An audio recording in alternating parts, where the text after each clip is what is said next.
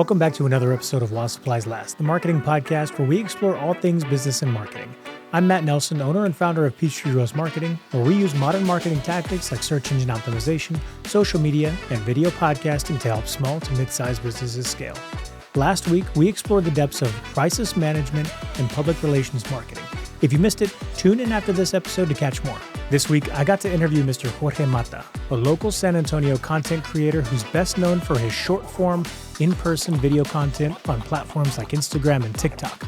But what really caught my eye was his ability to market in both the English and Spanish languages. So this episode is dedicated to bilingual content marketing on social media. Stay tuned for more. Jorge, welcome to the studio. Thank you for having me. And where can folks find you? So I am on TikTok, Instagram, Facebook.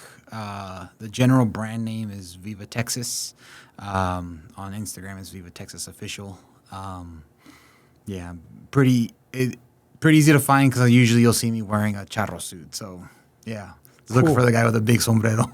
So I know we're going to unpack a lot of things related to specifically to bilingual marketing, some other maybe tactics, some other, I think you have some really, I know you don't gatekeep, but you have some very close hold ways that you're able to access other platforms that other people may not be able to access, which I think is kind of cool. And we can get into some of that too. But before we do any of that, I have to ask, what's a charro suit? So it's the traditional suit that charros wear, which are historically, I guess, what you would call like a Mexican cowboy. But they have also been adopted by the mariachis. So you'll see mariachis wear charro suits, or trajes as they call them. Okay.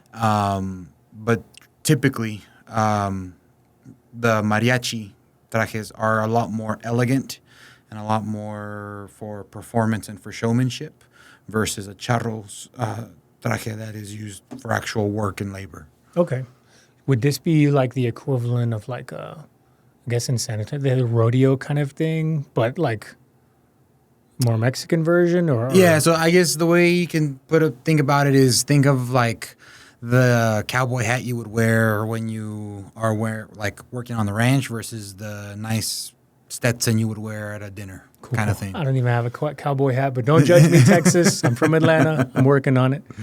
So cool. So I've noticed with your content, the first thing that attracted to me to a lot of your content, your short form content. By the way, folks, if you don't know Viva Texas Official, the brand, and Jorge, connect with his content. You'll find that a lot of, he's a subject matter expert when it comes to short form, first person video, but specifically the bilingual content in that. So you go back and forth between English and Spanish for a lot of your content, and it's very fluid. That was the first thing I noticed about your brand. Can you talk to us a little bit more about that? Yeah, absolutely. I mean, being, I guess for me, it's a little bit of a gray area as to where I fall on the being an immigrant or first generation, I guess is what you would call it, Mexican, because I do hold dual citizenship. And the reason I say that is because my entire family, except for myself, was born and immigrated to the United States from Mexico. Now, I can't control where I was born, obviously. So on paper, yeah, I'm a fully born U.S. citizen. But with the way that I was raised and the way that my parents brought me up, the influences that I had, the culture that I was surrounded with was not the typical culture that you would find in South Texas or Texas in general. It was much more aligned with the traditional Mexican culture because that's all they knew. So that's what I was taught. That's what I grew up with. My first language was Spanish. I had to take English as a second language classes in school. And this was still during a time when if you spoke Spanish in school, you'd get in trouble. So growing up, there was a lot of cultural confusion as to where I fell because, on one side you're being told, no, you're from the United States, and the other side you're being told, no, we only speak Spanish, you're Mexican. And so I didn't know what to do. And so I've tried my best to embrace both. But as I've gotten older, I've definitely embraced more of the Mexican side of it, just because that's what's resonated more with me personally. And I also saw that through my content, because originally my brand started off as a way to highlight Texas culture, just in general. But then I realized, because what I wanted to do was try to get away from the stereotypical cowboy, yeehaw, that kind of stuff, because there's much more to Texas than just that. Yeah. But I started to quickly realize that I didn't know Texas culture the way that I thought that I did. What I actually knew more of was Mexican culture, especially having grown up so close to the border. I mean, I spent weeks, weekends, months, summers in Mexico when I wasn't in school. So I aligned a lot more with that culture to begin with. And so eventually my platform evolved to highlight more of that piece of it and to show more of that there are a lot of Mexican influences in the Texas culture. Yeah. And people realize. Which makes sense historically, right? Yeah, historically, it makes a whole lot of sense. But in a way that isn't what most people would consider Tex-Mex or Chicano, as most people would put it.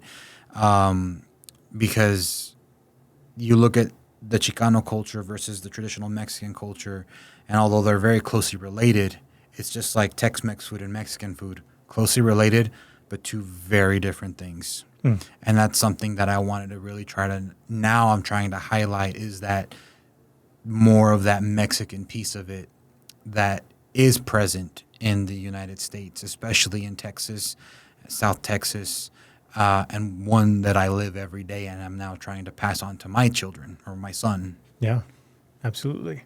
So talk to me a little bit about, when you got started and you really felt you had a passion or you had a calling to, put content out there. So you started out in English? Yes. And then you eventually just kind of added in the Spanish. And now what would you say is 50-50 in terms of content or? I know. I mean, I would still say I'm more heavily involved in in putting out English language content for my own personal content. For advertising for brands, totally different story. Okay. But for my personal content, I still put out more content in English than I do in Spanish. I do put out content in full Spanish. Yeah. But generally, when I do, I have to subtitle it in English, because I do have to recognize that most of my audience is based in the United States, may not understand Spanish, and I don't want to alienate them by speaking something that they don't understand all of the time. Yeah. Now, I have been told that a lot of people, by a lot of my followers, that they enjoy seeing the content that I put out in Spanish, because they're able to, especially with the subtitles, they're able to pick up things and learn Spanish that they didn't know before. Yeah. And they don't get that from other content creators. So that's a unique twist that sets me apart, I feel like, from other content creators in the Latin American space that are putting out content in the United States. Yeah, I would agree with that too. Just as a, heritage English speaker who learned Spanish growing up, I would say you have an authenticity about your content where you're not putting content out for people to learn Spanish necessarily. You just Right. happen to have Spanish, content or bilingual content. Right. But you mentioned a keyword, you're not alienating people. I wanted to, a lot of our audience is mixed between other marketing companies, other marketing agencies, but also small to mid-sized businesses. Right. Many of them may not be captivating, their full, market share potential because they are in fact alienating based on, their capability or their perceived capability. And, for a lot of those businesses, maybe they're an English-only business, Right. but they could have a product or a service that would be, really nice to have for somebody who speaks Spanish only. Right. What would your recommendation be for a small to mid-sized business who's looking to captivate that audience or give them access to those products or services? So I would definitely make sure that you invest in talent that not only speaks the language but also understands the culture. Because and when I say the culture, I mean the Latin American culture as a whole, because Mexican culture is different than Peruvian culture, than Argentinian culture, than Salvadorian culture. They're all very different. They're again very similar and related, but at the end of the day, each country is its own independent country, and they have their own dialect. And but residents from all of those countries um, they do reside in the United States, and you have to be able to communicate in a more universal language and in a more universal way, and in a way that resonates with most people. Yeah. You're not going to capture 100% of those people, but you got to be able to find talent that understands how to properly communicate with people. And I would say for businesses, even large businesses, they fail at this tremendously, because if you watch Spanish language programming in the United States on Univision, Telemundo, wherever it may be, the programming may be completely in Spanish, which is fine. But then when you see the commercials on broadcast television, you're going to get a mix of about 50-50 of English language commercials from vehicle companies, from insurance companies, and then you're going to have other companies that do a blend of English and Spanish in their commercials, and then you're going to have the ones that lean 100% into the Spanish commercials, and you're going to see that those Spanish language commercials are the ones that are played more repeatedly on commercial breaks versus the ones that are just English or the ones that are a mixture. Okay. Why do you think that is? That's a good point.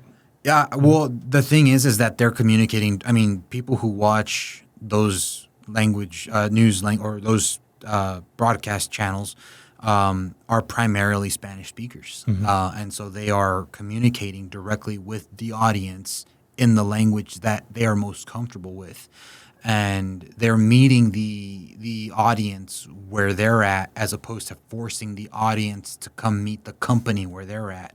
If you want to do business, as a business person, you always want to say, I want to earn your business. You should be doing anything possible to do that. And if you're forcing an audience to try to get up to and understand your messaging in a different language that they don't understand, then you're not earning their business. You're forcing them to try to work to understand you. So they're going to go somewhere else where they can understand them and they know that they can communicate. And so they're just kind of taking themselves out of the picture. And it's like picking and choosing as to who's willing to put in the work to communicate with these people and actually earn their business. Yeah. Because I think consumers, it's just human nature to go path of least resistance. Exactly. And unfortunately, man, that's a crazy anecdote, in terms of, sending the wrong message to an audience in a language they may not understand at all, Right. or they understand it, and it's just the perception of, do you understand me, Right. as an audience? And then, in a way, they're probably giving a path of least resistance to their competitors. Exactly. Potentially. Exactly. Which is an interesting thought. And you also said something that struck me. So we both come, I think, in marketing from a little bit of a web design background. Yes. So I learned web design to support a previous, it's still an active company, Peachtree Rose Translations, translation agency I own. And I've had companies that I've worked with who have come to me, whether or not it's a small or a larger corporation, and they've asked me, hey, can you translate my website? I was like, what do you mean by translate your website? Do you mean localize your website? Sure, whatever you call it. So the actual terminology would be localized, because it's not necessarily translating into one particular language. Right. You're localizing it for an audience who happens to speak a different language. Exactly. Which you kind of touched on, with different demographics who may speak the same language but different dialects or come culturally from different backgrounds. Right. Yeah. Because the you put it perfectly. The Spanish that is spoken in San Antonio, Houston, Dallas, it's going to be, or Los Angeles, it's going to be wildly different than the Spanish that is spoken in Miami. It's going to be more of the Caribbean, specifically Cuban dialect. In New York, you're going to have more of the dialect from Puerto Rico. And they're all very different dialects. Yes, the language is the same, but they have different words for different things that, for example, I know in Puerto Rico they call a bus I learned this from friends who are from Puerto Rico or from the Caribbean, really. They call it the guagua, Yeah. right? And, a little funny story about that. I remember when I first heard that, I was like, why are they, like, they're saying, yeah, I'm going to take the guagua. And I'm like, what are you talking about? Take the dog. Like, because in Mexican Spanish, when you're like, as a child, it's like, mira el wow wow, el wow wow, which is the little slight is wow wow and wow wow. All right. But wow wow is the sound you make for a barking dog. Yeah. And they're like, what are you talking about, a dog? I'm like, well, guys keep saying wow wow. And they're like, no, it's wow wow. It's the bus. Yeah. And I'm like, oh, yeah, we don't call it that in Mexico. So I don't know what that meant, but I learned. But those little nuances there, it just shows that when you absolutely have to localize based off of the demographic that's in the area that you're in. Yeah. And I can tell you right now, also speaking from a web design background, if you just go in and plop down Google Translate and expect that that's going to do the job for you, it's a free tool to use, but you're going to get what you pay for. Yep. Because I can promise you that they translate, the more that they are forced to translate, like they can translate very easily 1-2 sentences, no problem. A word here and there, no problem. An entire website, it struggles with that because they are going to, the more you give it to translate, the more literal it's going to be. Yes. And then it makes no sense grammatically in Spanish. So if you don't have someone that knows the language that can proofread it, because you still have to proofread it, even with AI, you still have to proofread it. And you need to have a human to be able to do that knows the language, because you won't know otherwise if they're translating something literal or if they're translating with context. And that can wildly change the meaning of a sentence or even words. Big time. And it can even make it into something vulgar sometimes. Yeah. I've seen that. Yeah. So it's interesting. Google Translate or machine translations come really far. And it's come further with Romance languages, like Right. you've got your Latin-based languages, which English is actually a Germanic language, I guess. But Right. in comparison, European-based languages versus Asian languages. Right. And when it's Asian languages like Chinese, we've localized those kinds of websites. So we have a human translator to go through and do that for that reason, because machine translation only gets worse outside of the Romance or European based languages. So interesting. So when you started to add in, more Spanish-based content for your audience, and recognizing that you had maybe English-only audience as well, what did you see in terms of your performance between the two, or were you even measuring metrics at the time? Well, when I first started, no, I wasn't measuring metrics. I wasn't big enough yet. As soon as I got a much bigger following, at that point, I did start to measure metrics, and I started to see the more that I leaned into the Mexican culture and the education and just the entire element of highlighting who I truly am and being more authentic with it, the more I was able to not only build a following, but also build a community, which is when you're on social media, the vanity metrics of you can have 1 billion followers if you want, but it makes no difference if they're just a number that follows you and they never interact with your content. You want to build a community of people who actively engage. Engagement is what matters. And that is where the community building comes in. And that's also you being in the trenches, in the comments, responding to people, engaging with them, talking with them, whether or not they are good or bad comments, engage with them anyways. Don't be afraid. It's your page. It's your comment section. And, you know, even just today, I had someone that was saying something that was very insulting to someone else who commented on the page. And I responded saying, hey, don't be going around saying that here. And this person responded with, well, I can say whatever I want. And I say, okay, well, I can control whoever wants to say something on my page. So I'm the one in control here.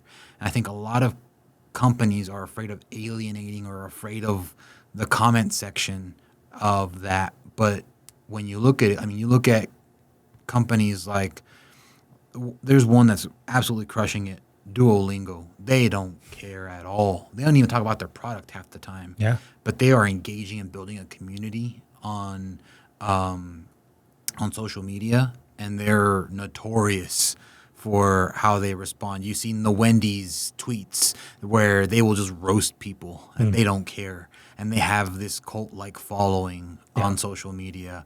So the companies that really just say, you know what, I don't care. If you don't want to be my customer, that's fine. Someone else will be. And there's too many companies out there that want to appear polished and like prim and proper, and that doesn't work these days anymore. Yeah. Like, you have to be authentic. Yeah. You have to come off as a person, as a human. Otherwise, when you interact with companies, like, it's just gonna be like you're interacting at a store with a customer. Like, it's not really the same. You're trying to build a community of loyal followers, and I think a lot of companies are afraid to do that. So let's talk content. Yeah. You've grown an audience, and you mentioned once you got a bigger following. Was there a key moment where you noticed that you got a bigger following? Yeah, so the very first video that I hit on TikTok that hit over 1 million views, which was, I did not expect it. It was a video about tacos. That was it. Just tacos from around Texas. And it's a pretty competitive piece of content, right? Yeah, Tacos. I mean, and you know, tacos from Dallas, from the Valley, from San Antonio, Austin, and just really overplaying the stereotype of person from that area. Okay. In a satirical way, of course, not in an offensive way. Even Houston, El Paso, all that. Well, actually, on the first video, I left at El Paso, and they were kind of upset. They're like, hey, what about us? Like, it's like, sorry, let me do a part two. That's when I realized, you know what, this thing has some wheels on it. And I remember going, when I made the decision, you know what, I think I'm going to go into this full time. And I told my company that I was working for at the time, like, they were asking me, like, well, why are you leaving? I'm like, well, I'm gonna do TikTok full time. And they looked at me like you're crazy. Not just them, everybody, my family, my friends, everyone was like, dude, you are insane if you're gonna do that.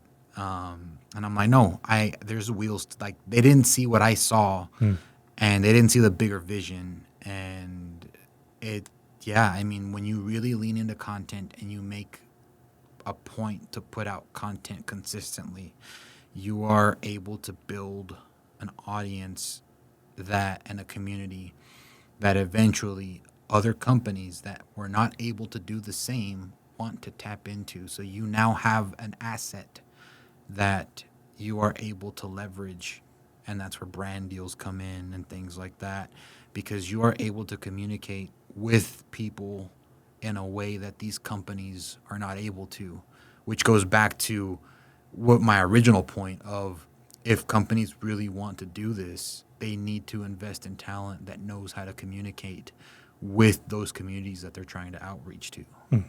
How does a conversation go as an influencer? How does and forgive me if I use the wrong terminology. Some people like being called influencer, some people don't. What's your preference? I personally don't like the word influencer just because it's gotten it's got a negative connotation. Now, you ask my wife, she'll tell you, she's like, no, you're an influencer. And I'm like, I don't like that word. You do influence people to potentially make decisions or provoke thought. Exactly, yes. Yeah. I personally prefer content creator. Sure. Because that's what I do is I create content for people to consume. Now, can that content influence people? Absolutely. Does that mean that I'm an influencer? Probably. Do I like being called an influencer? Not so much, again, because of the negative connotations that has come up with. And that's because of a lot of other people that have just abused that Yeah. term and that responsibility. Because as I've learned, especially over the past week alone, as your following grows with I'm going to use a Spider-Man quote here. With great power comes great responsibility. I had a video that recently went viral that I gained 60,000 followers in the span of about 4 days. And a lot more people are watching my content now.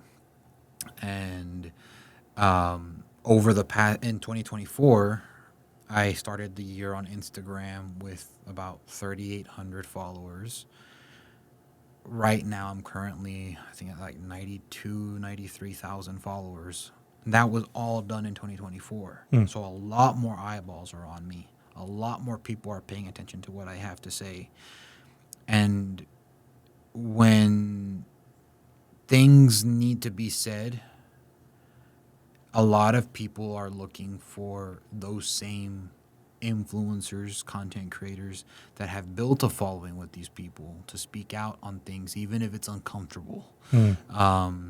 And it does. There is a really delicate balance of making sure that you don't over commercialize yourself to where your page is nothing but a giant billboard, because that will alienate people and remove the authenticity from your platform. But at the same time, when the time comes to use your platform to elevate the voice of those who may not have a large of a platform as you do, it's your responsibility as a content creator to be able to leverage that in a way that's responsible and speak up when something needs to be said, because people are watching, people are listening, and you never know who's watching.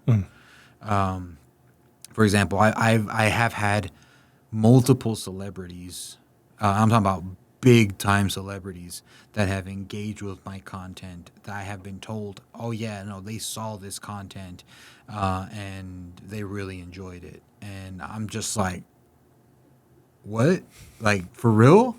And when I see those notifications pop up on my phone of like someone, a celebrity, and it's their official account, and I go and check it to make sure this has got to be fake. No. It's the actual account for people with a large profile. That for me is really humbling, because I put something out there that moved them enough to want to engage with it. And for me, that's huge. That means I'm doing something right. If I'm getting attention from people that are way up here and I'm just some guy that's down here, but something I said made that person up there say, yeah, this guy's pretty cool. Nice. Awesome. Okay, cool. I'll take it. So what's, if you're potentially looking to do business with a company, Right. or say a company approaches you, Right. what does that conversation look like from your perspective? And then if you can flip the script as well, what does it look like for them? And what kind of questions should that kind of company be asking of a content creator who has influence over others? Yeah. So first, I guess from my perspective as a creator, I want to know, first of all, what's your budget? Because I will say that a lot of these companies, now there's not everyone, because a lot of people understand the value of hiring a good content creator or for influencer marketing.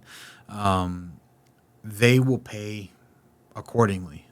You want a good job done, you want a good audience, then it's not going to come cheap. And then there's other ones that want to offer you a free product or a free trial, or they want to offer you $10-20. Well, that's not going to put food on my table. Yeah. And that won't even fill up that'll give me 2 gallons of gas nowadays, and that's one thing, is I want to know what's your budget. Because if your budget is $50, I'm sorry. I'm at the point now where you're gonna have to find someone else.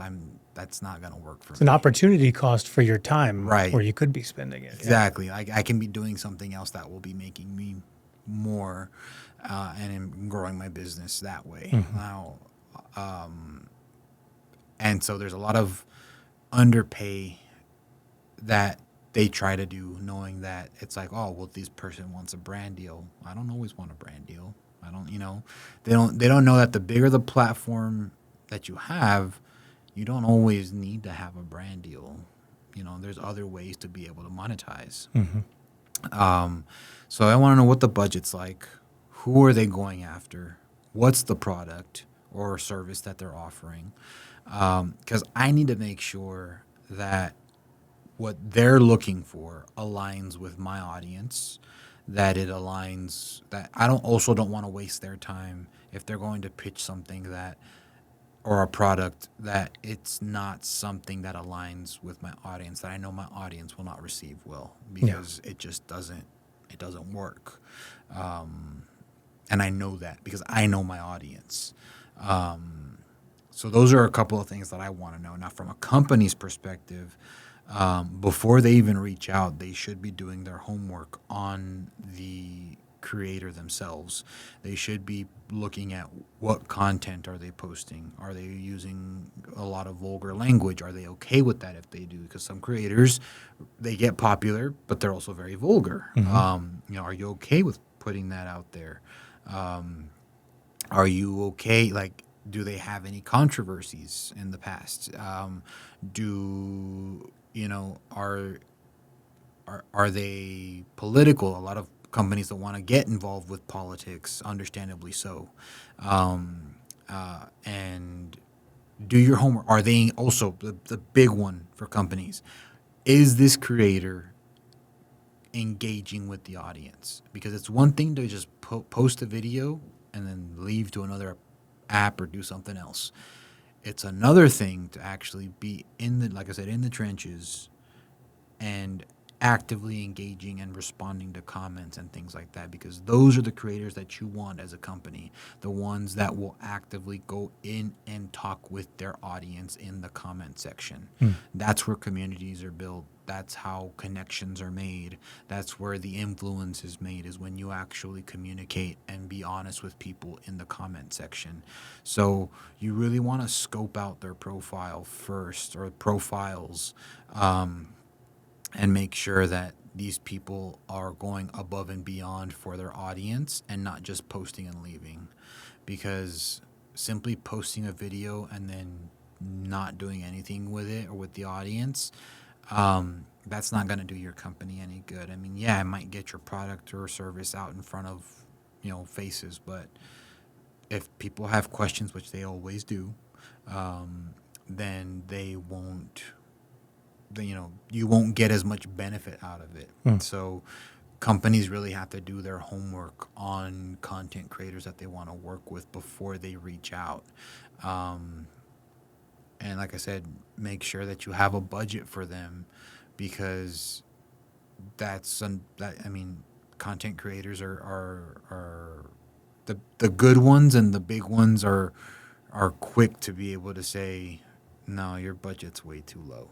And I will say that as creators themselves grow, companies need to understand yesterday's price is not the same as today's price. Because if, in my example, I grew 60,000 people since over the past weekend, right? On TikTok. Well, the price that I was charging before that growth, I'm not going to charge that anymore. You now have 60,000 more people that I can potentially show your product to. So I need to be able to be compensated for that growth, because I put in the work for that. And you want to obviously reach my audience. Well, it's going to cost you, and that's something that I think a lot of companies try to take advantage of, and content creators There are some smaller ones that will take any brand deal, which you kind of have to when you start. But as you grow, you get to pick and choose a little bit more. And the companies that don't want to pay for quality content, they're not going to get it. Yeah. So, what? Well, let's talk TikTok. Yeah. So that's you know, out of you, the two biggest platforms that I think I see you on are Instagram and TikTok. Yes. Right. And you're on a few others as well, right? Yeah. I have Facebook. YouTube I haven't put that much attention into YouTube. I need to. That's kind of my goal for the year.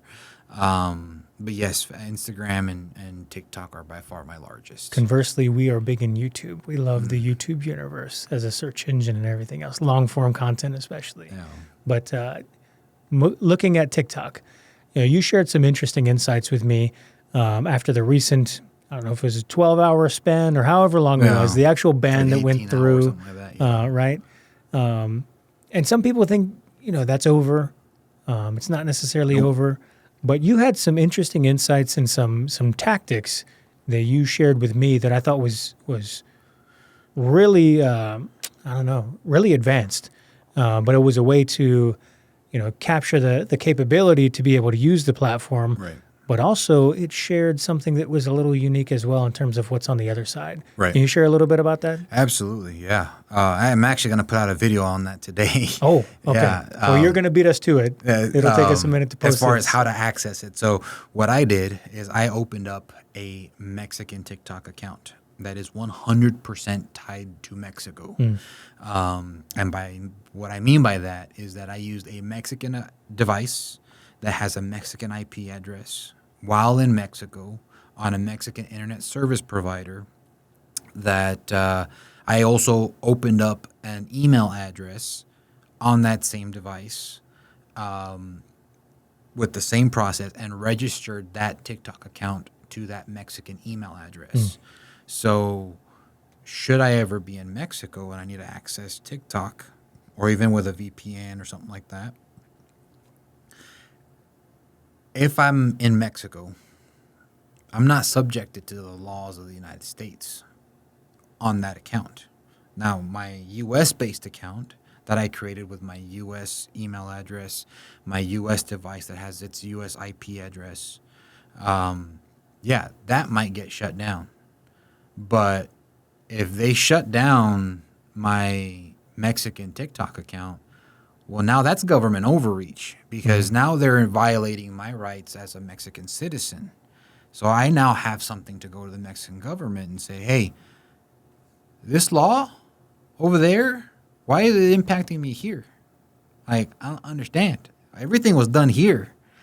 And so with that, I'm safeguarding myself because TikTok is such a big platform and a big tool for me to be able to put out content. And it has been for years.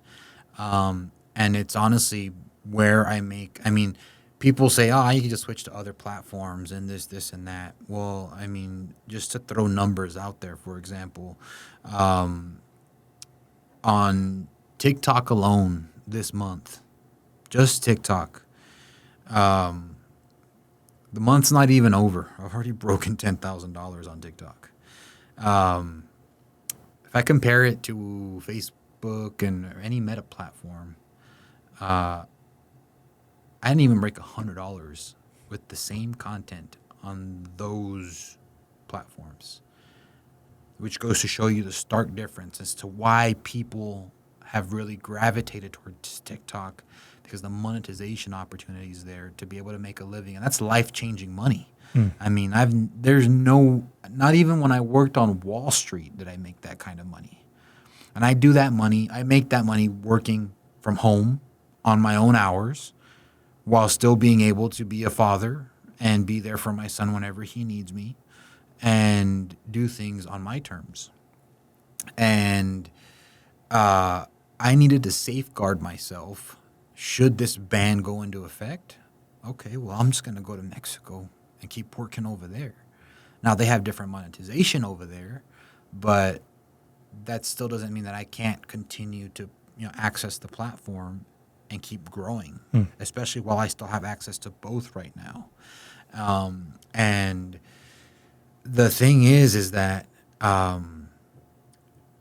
also looking at what is being put out there on both feeds, even though I'm using it on the same device, it's when I'm on a U.S.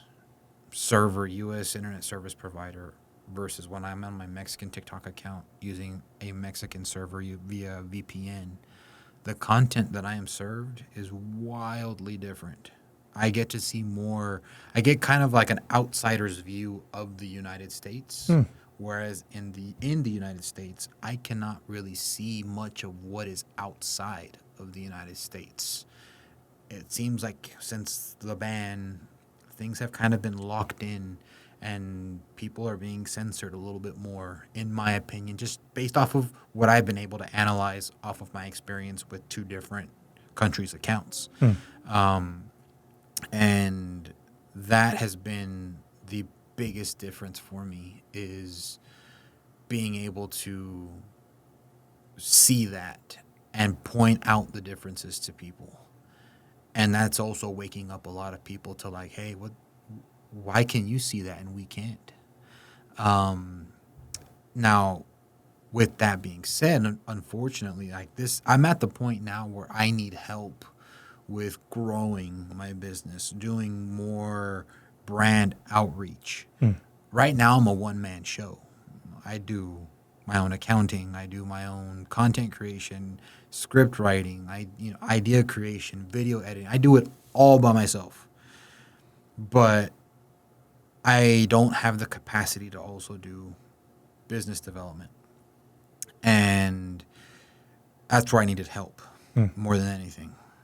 And I had been working the last quarter of last year to find people, and I did, to help me with that. Then the ban happened. And some business owners probably wouldn't care. I couldn't. I as a responsible business owner, I cannot in good conscience hire somebody knowing that in 2 months I may potentially have to let them go through no fault of their own because they don't have access to the tools that are necessary to the job. Yeah. So I had to take that and move that operation to Mexico, where I know they will have those access to those tools. And so the jobs that I wanted to create here, well, I had to create them in Mexico because they actually gave me the opportunity to do so. So that's kind of where things are in TikTok world, with it being up in the air and so much uncertainty for the future. I had to safeguard myself and my business, which meant, moving jobs to Mexico. I mean, and not to get super political here, but I know the government's always talking about wanting to keep jobs in the U.S. and move jobs to the U.S. Well, they actively forced my hand into doing the total opposite. Because if you need a tool but you can't access it, you can't do the job. Yeah. And I can't hire you and I can't pay you. So I had to do that. And my intention was never to move my operations to Mexico. Maybe eventually set up secondary operations over there. But no, now I had to move it all over, that kind of business development and outreach over there. And there are workers. And yeah, I mean, I was asked initially one time when I first announced that I was doing that, well, you're just doing it because you want to take advantage of cheap labor. No, not at all. Because I know if I pay someone less, I'm not going to get the same quality. I need to be able to pony up the cash to be able to pay. If I want a good job done, I need to be able to pay people what they're worth. Yeah. And it'll be a small team to start, right? But I also want to make sure that I am taking care of those people. Now I am responsible for them as the business owner and making sure that they have enough to be able to feed their families. And that's a big responsibility that I'm taking on, and I don't take that responsibility lightly. You know, I want to make sure that I'm taking care of the people who are helping me and my business grow as much as possible. And so it's not about cheaper labor or anything like that. It's simply about who can access what they need to be able to do the job. Do you think, I don't know if this is just a bonus or if this is intentful on your part, but in addition to the first question, what are your active steps in either diversifying the platforms you're working with or converting audiences across platforms? What are your other strategies around, if the ban happens again? Well, yeah, I mean, diversification's always been a big thing. I know I mentioned I haven't been I do have a YouTube presence, and I've been wanting to grow that and do more longer form content. My problem is I just don't have the time to do longer form content, especially when I'm having a lot of success on short form content. I got to strike where the iron's hot. Yeah. Diversification of platforms, I've always done that, which is why I have a large presence on Instagram. I have a not as large but growing presence on Facebook, although Facebook is a little bit on the archaic side. And, I'll be honest, Twitter, X, whatever you want to call it, I have an account there simply to reserve the name, but I don't use it. And it's not for political reasons. I just never liked the platform. I mean, I remember in 2007 when it first launched and my brother-in-law was telling me, yeah, you got to check out this new platform, Twitter. And I tried it and I was like, yeah, I don't like this. It's just texting to the public. Yeah, at the time, at least. yeah. That's pretty much all it was. That's all it was. I was like, yeah, I don't like this. I was, at the time when you had MySpace and then you had a growing Facebook at the time, I was like, I'm going to use those platforms instead, and not ever thinking about it as a job or anything like that. But I never liked Twitter since the start. So like I said, I have the account to have the name reserved so that no one can take it and pretend to be me. But I don't know that I've posted on there in like a year, 2 years or so. Like I don't like the platform. Now, do you signpost from the account and say, hey, I'm not, active on this, particular platform, but you can find me here, and you just kind of send them to a different direction in terms of your content? I will. I'm going to start doing that more. I think the first one's going to be this post that I'm putting out today, where I'm. It's funny. I don't know if you remember when the ban was when they're about to shut down TikTok. This meme about the Chinese spy was all over TikTok about your Chinese spy is going to miss you and all this stuff, and people were playing into that. Well, I kind of call this like my Mexican spy account. So, yeah, I'm going to tell people today, there's this account that I have. Go follow me over there, because that account is not subjected to the laws of the United States. Starting to convert that audience. And now most of my content on that specific account, because it is going to be Mexico-based, is going to be primarily in Spanish. But it is something that, because I think I'm looking towards the future here, I think what's going to be able to set me apart is if I'm still able to operate on TikTok in the United States via a Mexican account, show them what life is like in the United States, because a lot of people don't know, and to be able to see firsthand what it's like, that's going to be something that I think will set me apart from other content creators in Mexico. Is be able to give people a different perspective of what it's like to kind of operate in a ghost town, kind of thing. That's a digital ghost town. Interesting. And so that's kind of my long-term vision as far as what I want to do with that account. Should the ban happen now, even if the ban does not happen and it stays, which would be wonderful, I still do want to grow that account, because they just launched TikTok Shop Mexico this week, I believe. Oh, wow. So, and so there are monetization opportunities that weren't available before in Mexico that are now available there. And from what I've heard from TikTok is that they are looking to expand monetization opportunities, not just in Mexico, but in Latin America as a whole. They've been testing it out in Europe. They've had success over there, and they are now wanting to move into the Latin American market, and starting off with Mexico It's going to be a huge market. It's a huge market. I've even had friends from Mexico that have seen my videos that follow me. That I'll do a TikTok shop video, and I'll put out a product that really interested them. One of them being like this phone cable that's like this all-in-one phone cable where it's got different connections and stuff. And a buddy of mine bought 3 of them, and he lives in Mexico. And he's like, "Yeah, this cable's awesome. I would have never known about it if it wasn't for you." So I'm like, "Okay, there's opportunities there on TikTok Shop Mexico." And now that I have, my address over there, bank account over there, I start putting money over there. My long-term goal is to be able to buy property over there, and pay for it in cash. And so with every payment that I get from TikTok USA, I am moving money into my Mexican bank account, especially with the exchange rate right now being in the favor of the dollar for now. Who knows what that's going to look like. The more that I can build up, the faster I can get to buying a house, and potentially making a permanent move down there if I want to. Still got to convince the wife on that, but the goal is to be able to at least have a house down there, like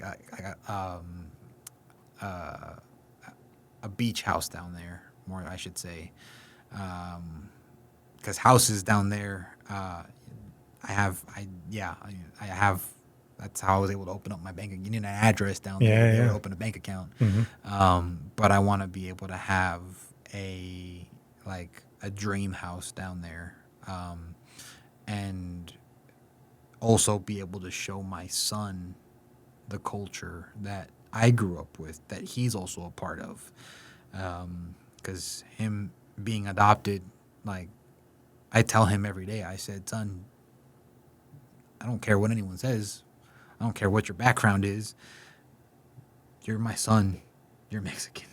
That's just how it works, And so that's kind of just the long-term goal for me and my family, while still keeping the house that we have here. Except the only thing that scares me is the property taxes, because the property taxes are wildly different. Are they? Yeah, I'm talking. So here, especially in Texas, that has higher property taxes. I think my property tax bill was close to $8,000 last year. In Mexico, depending on the size of the property, depending on if you are a senior citizen, things like that, you may pay me $200 in property taxes for the year. Big difference. Yeah, I mean that's a different type of program down there, but it's the most you'll pay is maybe $500 US dollars. Of course in pesos, right? But yeah, it's the cost of living down there is much more friendly, and I'm seeing the economy just explode and grow down there, to where I'm having a finance background. I can see when things are moving in the right direction, and things are definitely moving in the right direction in Mexico, which is why I definitely want to have more of a presence there and more of an operation there as well. There's a lot of investment into the country itself, and there's a lot of just when I was there last week, I got to see this electric vehicle that China's putting out. It's called BYD. I saw a dealership with them. Wow. Those cars are cool. But the problem with those cars is that there's no parts for them. So if your car breaks down, good luck finding a part. But yeah, there's a lot of investment down there, and I just see a lot of potential in that market that I want to be early to the race. Yeah. Because I see it growing. Nice. So I've been a guest on podcasts before as well.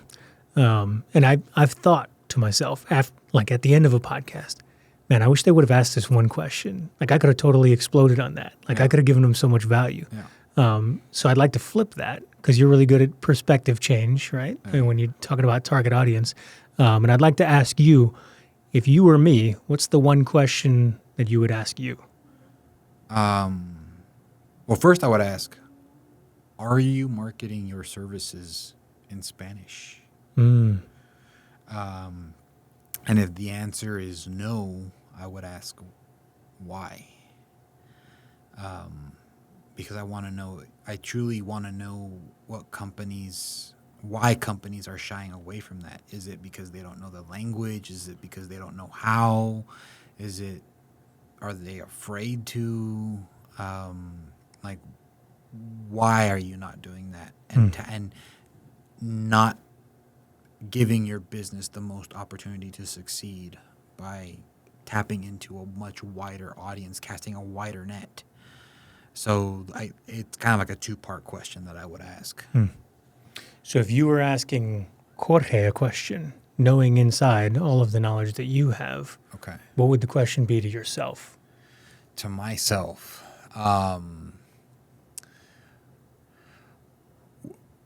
well, it's honestly a question that I've been asked a lot. What are you going to do immediately if there's a TikTok ban? And the answer is, right now, I do not know, because so much of my income comes from TikTok. I touched on this a little earlier. People was like, "Well, you just switch to a different platform." Well, I'm already on other platforms. They just don't pay. There's not monetization opportunities. And that's where business development comes in. But as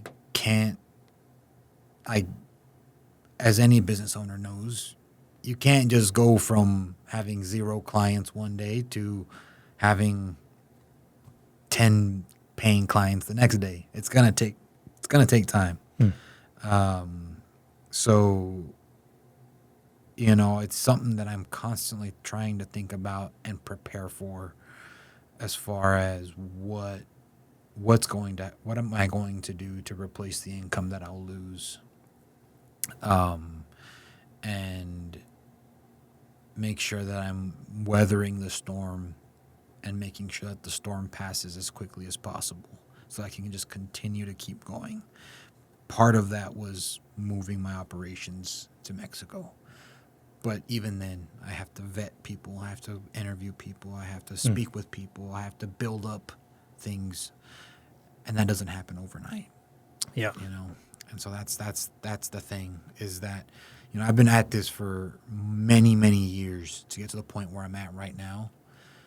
And so to get it yanked out from under me like that, I can't just replace it like that. It's going to take, basically, it's like getting pushed off of a mountain.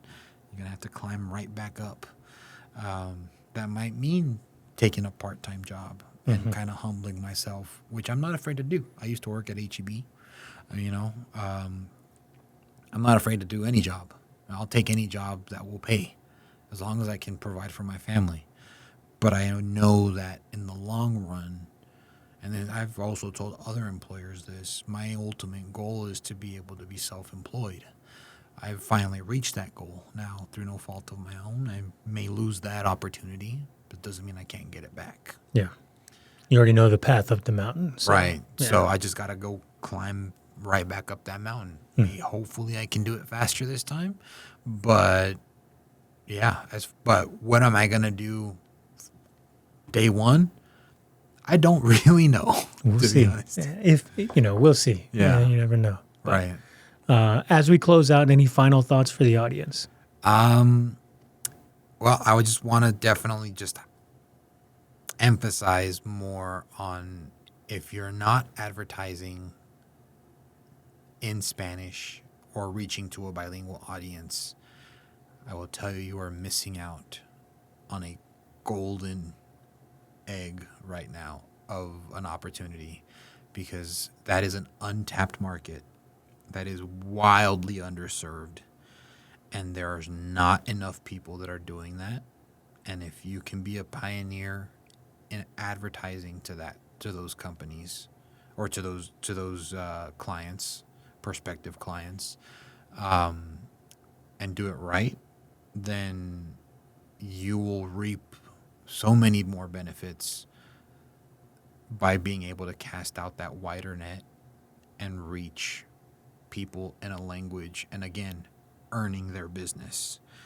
And right now we know that with so many businesses hurting in the U.S. as it is, it's any business is good business, because no matter if you speak English, Spanish, Mandarin, Japanese, Korean, whatever it may be, the dollar spends the same. Good words of wisdom. Yeah. Jorge Mata, Viva Texas Official on Instagram and TikTok and all of the things, right? It's your handle for all of them. Viva Texas on everything. Viva Texas Official on Instagram.